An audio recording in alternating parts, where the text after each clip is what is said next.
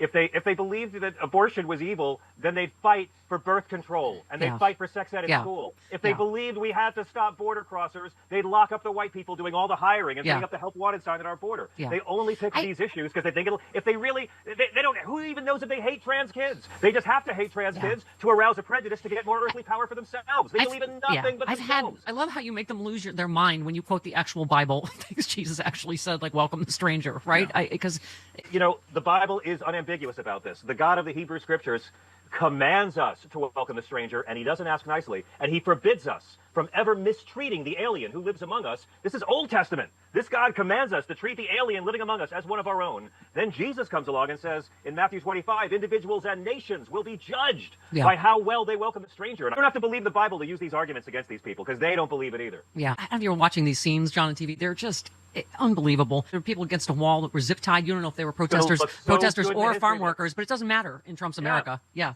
I mean, and let's not even bring up the fact that undocumented immigrants pay $5 billion with a B dollars a year in state tax, local tax, and sales tax, and they don't want to pay a living wage to these undocumented workers, but they still want them over here. If they really believed it was wrong, they'd arrest men like Trump who hire them. Sorry. They pay taxes and they don't get any benefits. That's one of the biggest lies. They're not taking your Medicaid. They're not eligible. They pay into the system and do work no one else wants to do.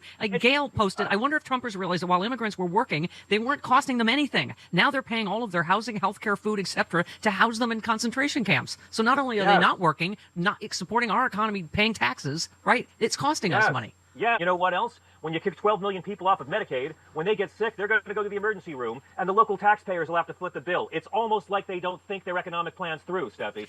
The people working in our fields are the hardest working among us for literally the lowest wages. This is a disgrace. Shout out to the protesters who showed up for the field workers today. And let's not forget, they're Christians. They're Christian refugees. We don't call them illegals. They are Christian refugees.